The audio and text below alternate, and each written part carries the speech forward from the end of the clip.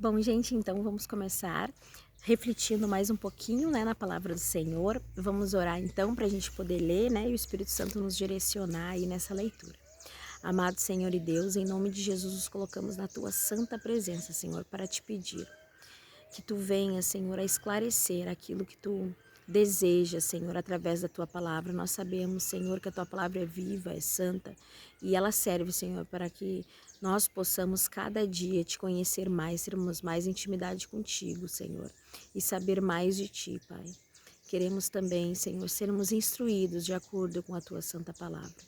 Nós precisamos do teu Santo Espírito aqui, Senhor, para que nos direcione de maneira correta e abra nossos olhos, Senhor, para que nós possamos ver aquilo que tu realmente tem vontade, Senhor, de que nós saibamos, em nome de Jesus. A tua presença, a presença do teu Espírito Santo é fundamental aqui na leitura dessa palavra. Então, em nome de Jesus, eu te peço, Senhor, esteja conosco, em nome de Jesus. Amém.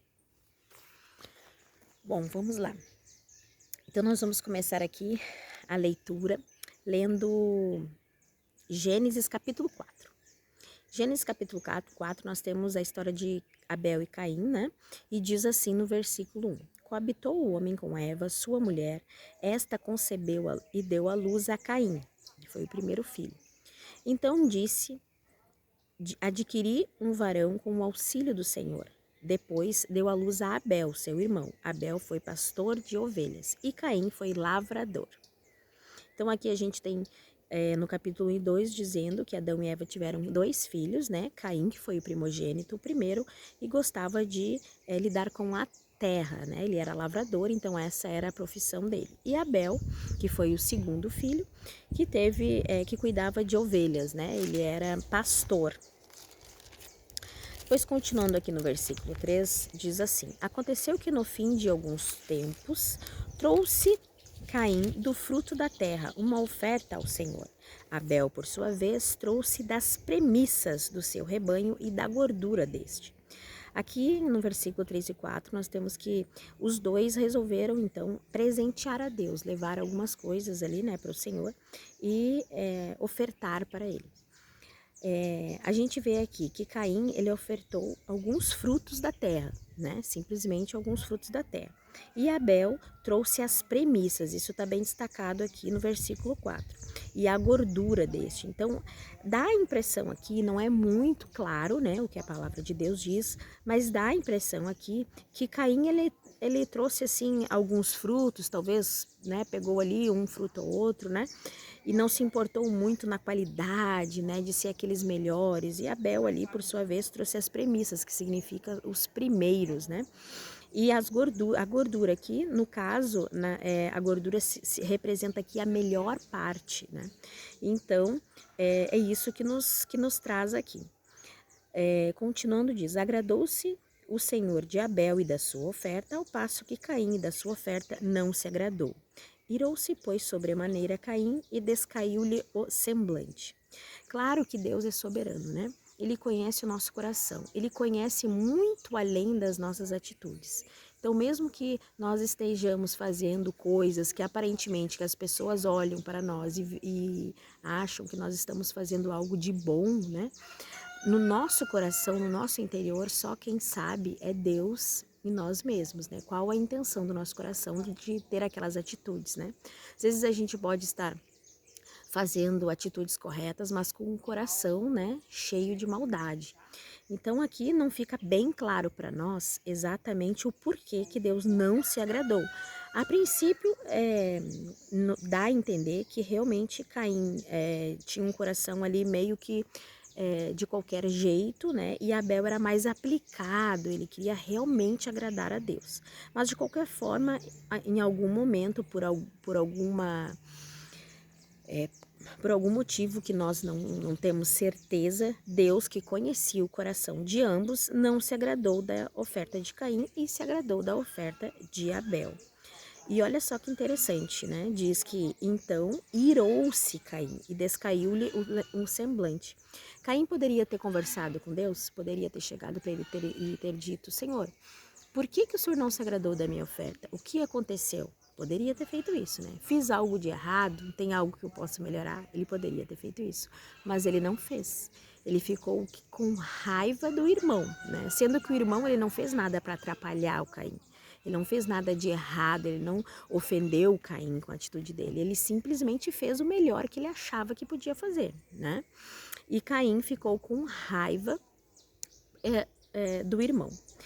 No versículo 6 nós temos assim, ó. Então lhe disse o Senhor, por que andas irado? E por que descaiu o teu semblante? Né? Claro que Deus já sabia, né, gente? Deus já sabia o coração de Caim, por que ele estava assim, mas ele, né, perguntou, porque é isso que Deus quer. Deus quer que nós conversemos com ele, através das nossas orações, a gente tem a total liberdade de falar com Deus, né? Inclusive de reclamar também, né? Quando a gente não está passando por um momento muito bom de nossas vidas, quando nós nos sentimos com raiva, quando nós estamos contrariados, mesmo quando a gente sabe que os nossos sentimentos não são sentimentos bons, a gente tem total de liberdade de orar e dizer, olha, Senhor, eu estou sentindo isso, esse sentimento, né? Eu sei que não é bom, mas eu estou sentindo, né? Não estou tendo controle desse meu sentimento, me ajuda a lidar com isso. Então, Deus sempre quer um relacionamento conosco e nós sempre temos essa possibilidade de nos relacionar com Ele e falar tudo aquilo que vai ao nosso coração. No versículo 7 diz assim, se procederes bem, não é certo que serás aceito? Então, aqui a gente já tem um indício que Caim não procedia bem. O que será que Caim fazia, né? A gente não tem aqui bem claro, né, explícito assim o que é, mas com certeza as atitudes de Caim, então, não eram boas, porque Deus diz, se procederes bem, não é certo que serás aceito, né? Então, ele não procedia bem. Se, todavia, procederes mal, eis que o pecado jaz à sua porta. Então, aqui Deus, né, fala com Caim e diz que ele, né, não está tendo um comportamento, atitudes boas e por isso o pecado já, né, está perto, está à porta. E Deus orienta, né? Toda vez que nós estamos aí em um caminho errado, se nós temos um relacionamento com Deus, se nós temos um coração ensinável, Deus nos ensina, Ele nos alerta. Antes mesmo de nós cometermos o pecado, Deus já está ali, Ele prevê, Ele sabe tudo aquilo, né? Ele sabe o que vai acontecer, Ele sabe o futuro, o passado, o presente, a Ele pertence todo o tempo. Então, se nós tivermos um relacionamento, tivermos interesse que Deus nos mostre, com certeza Ele tem o maior prazer em nos orientar naquilo que é certo. Continuando, diz assim, o seu desejo será contra ti, mas a ti cumpre dominá-lo. Aqui Deus está mais uma vez orientando Caim, né? Antes de Caim pecar, ele diz, ó, o desejo, né, da carne está contra ti, mas a ti compete dominá-lo. A gente tem o poder de dominar. Muitas vezes quando a gente tem tendências, né? Porque nós somos pecadores, então nós temos tendências ao pecado, a gente tem fraquezas, né? Mas a gente também tem o domínio, e esse domínio é um dom de Deus, né? Deus nos abençoa com esse dom de nós conseguirmos ter força e domínio contra as nossas fraquezas, né? Então a gente precisa aí ter um relacionamento com Deus, nos fortalecer nele, que com certeza ele nos orientando, né, estando ao nosso lado, diz que Deus fortalece, ele é mais forte nas nossas fraquezas, né? A palavra de Deus diz. Então, ele sempre vai nos orientar antes do pecado, antes de que a gente caia, né? No versículo 8 continua assim, ó. Disse Caim a Abel, seu irmão, vamos ao campo. Estando eles no campo, sucedeu que se levantou Caim contra Abel, seu irmão, e o matou. Então aqui a gente tem o primeiro homicídio, né, que aparece aí na história, né, na palavra do Senhor. Disse o Senhor a Caim, onde está Abel, teu irmão? Ele respondeu, não sei, acaso sou eu tutor do meu irmão? Aqui a gente vê Deus, né, em sua misericórdia, pedindo, né, perguntando para Caim. É claro que ele já sabia o que Caim tinha feito, mas ele estava, né, dando a oportunidade para Caim, para de repente Caim confessar, né, se arrepender, né, mas nada disso aconteceu. Caim, ele simplesmente respondeu assim, né, não sei e não sou responsável pelo meu irmão. E disse Deus, que fizeste? A voz do sangue do teu irmão clama da terra a mim. És agora, pois, maldito sobre a terra, cuja boca se abriu para conceber das tuas mãos o sangue do teu irmão. Então, essa é a consequência, né? Existe uma consequência de todos os atos, né, que a gente faz. Tudo aquilo que a gente faz, a gente vai ter que colher a consequência, mesmo Deus sendo misericordioso, né, mesmo Deus ali derramando sua graça sobre nós, as nossas atitudes sempre vão ter uma consequência. Então Deus continua: quando lavrares o solo, não te dará ele a sua força. Serás fugitivo e errante pela terra. Então disse Caim ao Senhor: é tamanho o meu castigo que já não posso suportá-lo. Ele acha que esse castigo que Deus está impondo a ele é grande demais para ele suportar. Eis que hoje me lanças da face da terra e da tua presença. Hei de me esconder-me, olha só. Mais uma vez, né, uma pessoa ali tendo que viver longe da presença de Deus. E ele sabendo aqui, né, o quanto custoso isso é, porque quem vive, tem intimidade com Deus, sabe que é muito, muito difícil, né, depois nós vivermos longe dessa presença e longe desse relacionamento, né. Serei fugitivo e errante pela terra. Quem comigo se encontrar, me matará. O Senhor, porém, lhe disse: assim, qualquer que matar Caim será vingado 7 vezes. E pôs o Senhor um sinal em Caim, para que não o ferisse de morte, quem quer que o encontrasse. Retirou-se Caim da presença do Senhor e habitou na terra de Nod, ao oriente do Éden. Então aqui mais uma vez a gente vê, né, a misericórdia de Deus, mesmo no pecado, né, Deus aqui não respondeu olho com olho, dente com dente, né, porque Deus poderia ter também ali matado Caim, né, já que ele tirou a vida do irmão, mas ele não fez isso, né, pelo contrário, ele colocou uma marca em Caim para que ninguém matasse ele, né, então ali mesmo assim, mesmo cometendo pecado, ainda Deus, né, protegendo ali Caim. Depois, continuando aqui no versículo 17, a gente tem a história, né, do que aconteceu com Caim depois que ele saiu, então, ali do meio dos seus familiares, ó. E coabitou Caim com sua mulher. Ela concedeu à luz a Enoque. Caim edificou uma cidade e lhe chamou Enoque, o nome do seu filho. A Enoque nasceu-lhe Irade. Irade gerou Meusael, Meusael a Metazael, Metazael a Lameque. Lameque tomou para si 2 esposas. O nome de uma era Ada e de outra se chamava Zilá.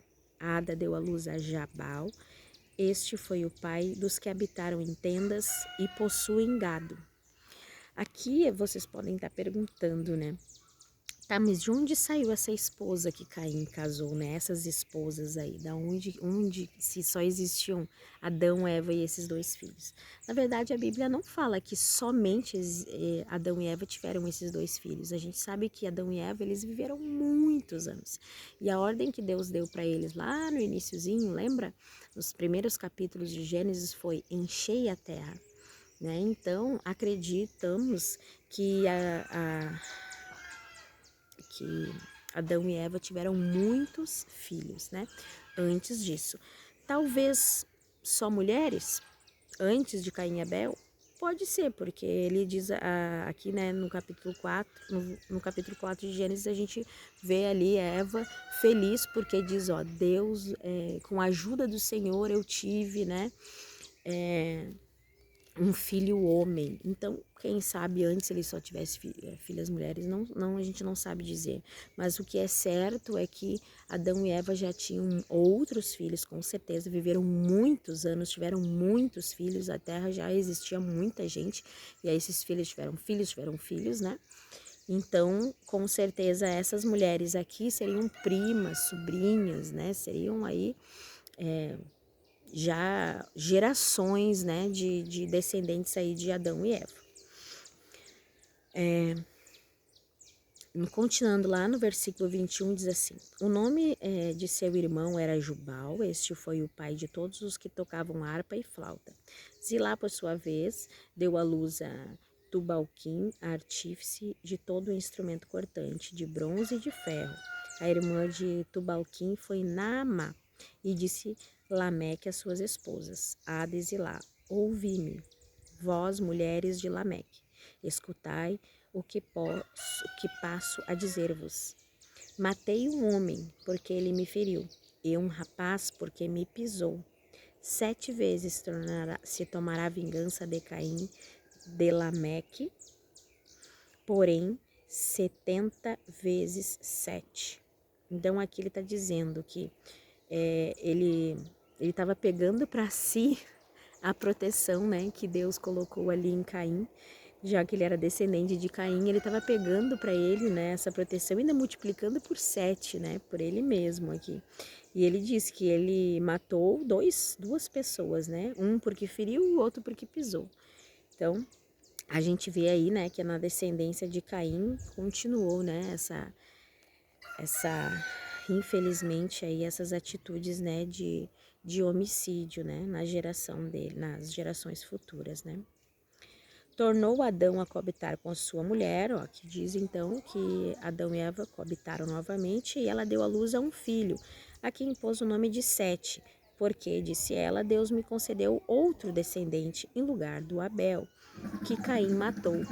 Então aqui a gente vê, né, mais um filho que Adão e Eva tiveram, o nome dele seria Sete, então seria o terceiro filho homem, né? A gente não sabe se ele teve outros antes, mas o que aparece aqui na palavra em destaque, né, na palavra de Deus, são Caim, Abel e agora Sete. A Sete nasceu-lhe também um filho, ao qual pôs o nome de Enos. Daí se começou a invocar o nome do Senhor. Então a partir de Sete, né, novamente, a gente vê aí um relacionamento sendo restabelecido, né, com Deus.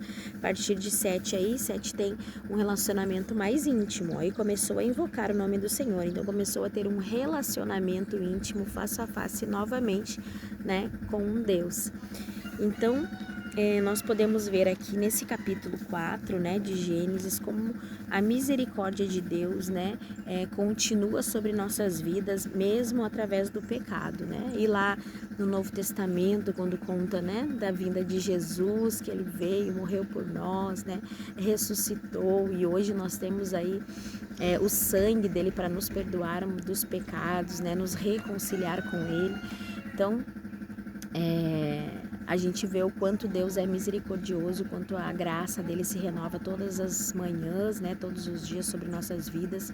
E apesar de nós sermos pecadores, de nós termos nossas falhas, nossas fraquezas, Deus sempre tenta aí nos orientar antes, né, de que nós pequemos. Ele nos mostra, ele nos orienta, ele tem o desejo de conversar conosco, assim como ele conversou com Caim, né, aqui o tempo inteiro perguntando o que tu está fazendo, o que tu fez, né? Porque ele quer ter um relacionamento assim conosco também.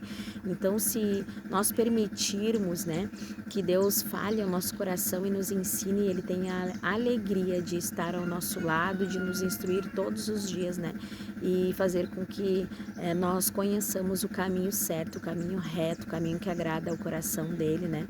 E assim, quantas e quantas sofrimentos a gente pode evitar quando a gente escuta a voz do Senhor, né? Quanto sofrimento Caim ali poderia ter evitado, né? Quanta coisa se ele tivesse escutado a voz de Deus antes, né? Quando Deus estava orientando ele, ó, o pecado bate à tua porta, né? Tu não está procedendo de maneira correta. Se ele tivesse escutado essas palavras, quanto sofrimento ele tinha evitado, né?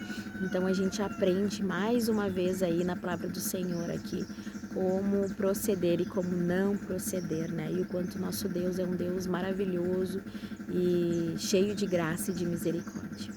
Então é isso, vamos orar então, em cima dessa palavra e nessa revelação que nós tivemos hoje. Amado Senhor e Deus, em nome de Jesus, Senhor, queremos te agradecer. Queremos te agradecer por esta tua palavra maravilhosa, Senhor. Por tu ser esse Deus tão incrível, Senhor, tão maravilhoso, tão cheio de graça e de misericórdia, Senhor, que nos orienta, Senhor, que nos coloca sempre no caminho certo, Senhor, que está sempre disposto, Senhor, a nos ensinar, Pai.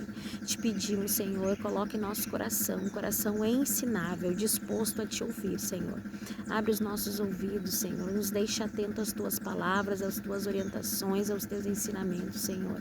Que a tua palavra, Senhor, cale nosso coração, que nós possamos guardar cada palavra da tua Sagrada Escritura em nossas vidas, em nosso coração, e possamos lembrar todos os dias, Senhor, daquilo que tu nos ensina, daquilo que tu nos orienta, em nome de Jesus, Senhor, que nós possamos, Pai, ter uma vida cheia da tua presença, Senhor, num caminho, Senhor, que tu escolheu, que todos os teus planos se concretizem nas nossas vidas, Pai, em nome de Jesus, Senhor.